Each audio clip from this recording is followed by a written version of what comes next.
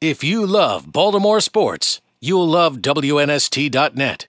All right, ladies and gentlemen, welcome in. This is Bud Light Thursday Night Live, presented by Fremont Mortgage, live from the Grill at Harriman House in Reisterstown. My name is Glenn. Nestor is on the end, but obviously you guys care much more about the guy sitting between us.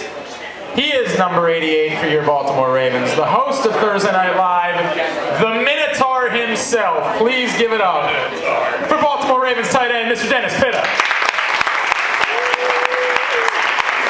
You know, I gotta say, man, when you go into the end zone and catch the ball, we give like extra high fives because we're like, he's coming out doing our show on Thursday night. So we like when you catch touchdowns. Well, I appreciate that. Yeah, we do.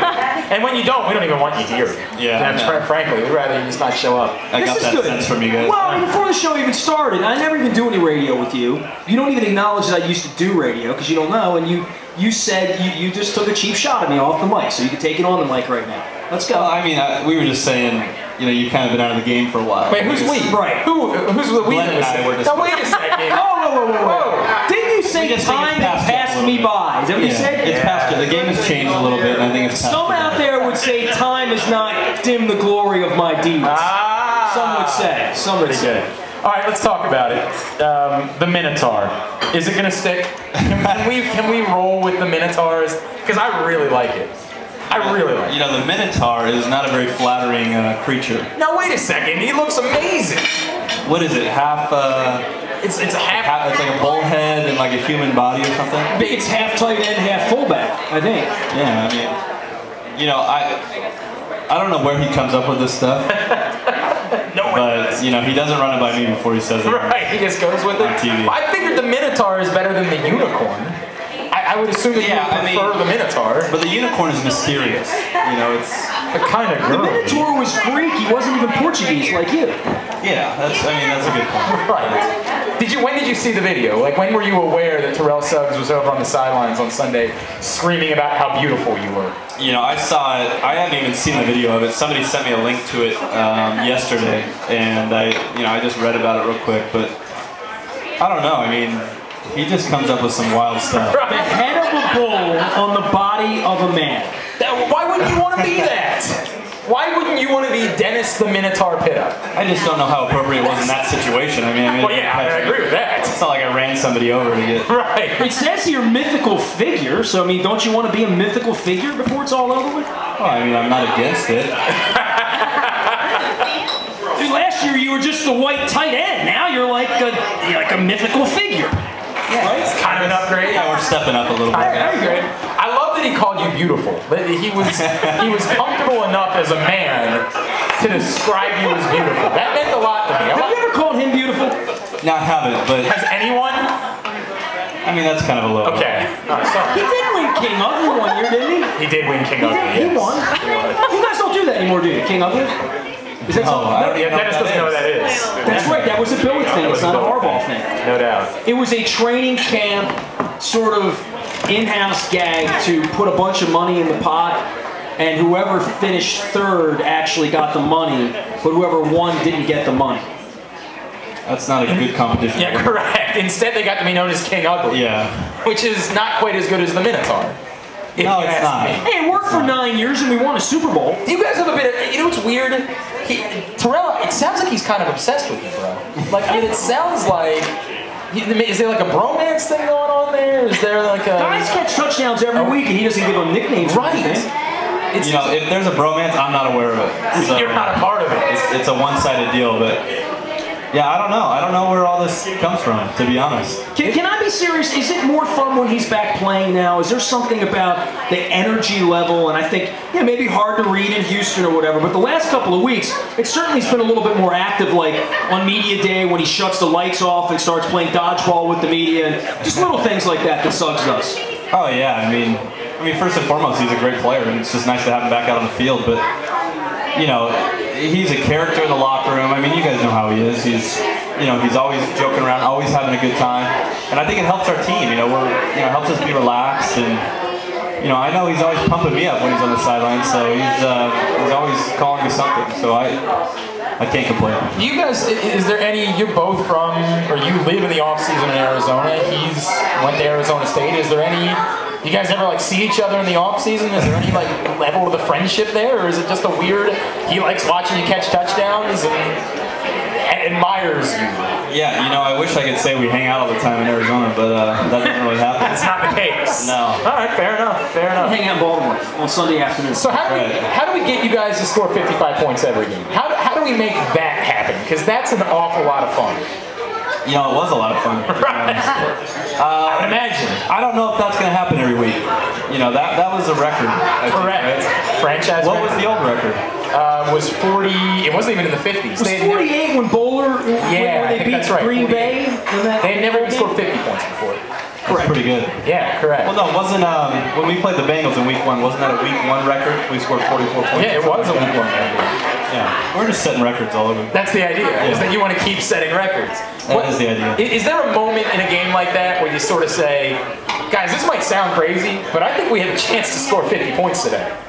Yeah, I think we were all thinking that, you know, and special teams helped us out. They got a couple touchdowns. Correct. So, you know, when everyone's involved, that's huge. One of them was kind of interesting. One of the special teams touchdowns. The fake field goal. The fake field goal was kind of By the interesting. way, has anybody seen the Harbaugh sound effects online or whatever? I checked it out today because I saw it on Twitter.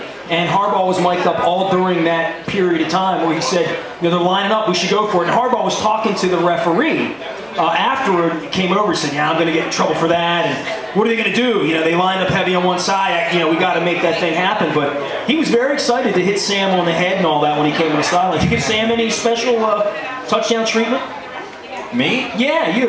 No, I didn't give him anything. Aren't you supposed to, like, when a guy hits his first home run, you're supposed to ignore him when he comes back to the Was that his sideline? first touchdown? That was, of course, it was his first touchdown. Well, I asked that question to somebody, and they said, No, he caught one a couple No, years he ago. had a 2-point conversion. He never had a touchdown. Nah, it was his first that guy said touchdown. it's his second. I talked to Sam Cook on Tuesday. He told me he saved the football for his mantle. For some reason, I played that guy over you. That's really weird that you would do that. I don't know if that says something about a relationship. No, he had a 2-point conversion. No, he did. I remember that. Yeah, That was a couple years ago. That was All of his success runs together, you know? Really does. So you guys didn't do anything like that? You didn't, when he came back over, sort of ignore him, like pretend like it didn't happen? You didn't think about doing it, give him the silent treatment? I don't know. I think we just hit him on the head a bunch of times. Said, oh, what the hell, welcome to the club. Yeah. I scored a touchdown today too, William. Big deal. I think we just said, act like you've done it before. Come on, man. I like that. Be a man, no doubt. So, 55 points on Sunday. You guys clearly have shown this is what you're capable of. You know, you guys are obviously, when things are clicking, when things are going the right way, you're very capable of putting up a ton of points. I guess this is the part where I do the same thing and say, now how do we do it on the road next week? Yeah, what happened to Kansas City? You know, that kind of stuff. Yeah, I mean, it's obviously not easy to do every week, but you know, I think that's what you strive for in this league is consistency. But it's hard to attain because, you know, from week to week, it's, you know, teams play well and you know, the ball doesn't always bounce your way, and so that's the challenge. But, you know, we've shown that we can be explosive and put up a lot of points, and now it's just a matter of doing that more consistently. You know, we're not going to put up realistically 50, you know, even 40 points a week. Why not? Every week. But We'd like, you know, to do that more often is certainly, you know, something that's attainable. Do you feel a little spoiled by this whole like success thing of getting drafted into the Raiders? Because I mean, I see all the complaints on Facebook. I see all the you know, the ammunition on Twitter that goes on during the games and all that stuff. But by and large, this week you start to settle in and say we're 7-2. What more could you want as fans? Although some fans want 8-1 or 9-0. But every single year since you've come into the league, it's been this way. So many of the guys, I mean, Flacco, Rice, don't know anything other than success here, and I think some of the fans are getting a little spoiled on it, but I would think you guys must feel your good fortune. Yeah, I mean, I think I'm spoiled. You know, I've been 12-4 the last 2 years, and then, you know, we're sitting 7-2 right now, and so I don't know what it feels like to have a losing record in the NFL. I don't know what it feels like to lose a lot of games, so that's a good feeling, and that's something that, you know, I don't want to have to go through, but, you know, I'm just fortunate to be a part of a great organization and a great team, and, you know, hopefully we keep winning like this for years to come. Is there something about after you lose a game, the way this team recovers? Because, I mean, you're going to lose games in this league, but you don't let them turn into slumps. You don't let the negativity, even going into a bye week where you really get hammered on the road by a rival team that you want to at least play better than that. But you come back and there's relative amnesia, I think, for everybody in the organization. And I think that's a very difficult thing to do. I mean, Drew would always say the toughest thing in sports to do is stop losing. Yeah, I mean, that's what's so great about our team. You know, and we have great leadership, we have great coaches, and you know, when we get knocked down, I think everyone understands, you know, we'll just bounce right back up and we'll keep, you know, we know we're a good football team. We're confident in the things that we're capable of on the field, and so it's just a matter of, you know, continuing to work and prepare and take those losses really as motivation to get even that much better. All right, before Donnell Ellaby gets here, tell us all the dirty secrets about him. Because he's coming. You know, I don't know any dirty secrets. Oh, you've got to know something. I don't. But this is why I feel like we should try and find out. I want to teach everybody a lesson. Our intern Jeff just pointed out he's here, but the point being, I didn't want you to know he was here. So Jeff, that's why you're still an intern. That's why we got a step to go there. Is this the point where I get thrown off the set? Well, I mean, we're gonna let you go. No offense. Because I am. What was your line again? That was so good. Past my time. My time passed me by. Yeah, I think the game has passed you. The game has passed. You sound like some of these Oriole fans your age. Yeah, that's what the problem is. That's a fact. You young kids today don't have respect for your elders. All right, we are out here at the Grill at Harriman House, 340 Main Street in Reisterstown. This is Bud Light Thursday Night Live, presented by Fremont Mortgage. When we come back, linebacker Donnell Ellaby joins the fray. Looking forward to that. Stick with us. This is WNST. If you love Baltimore sports, you'll love WNST.net.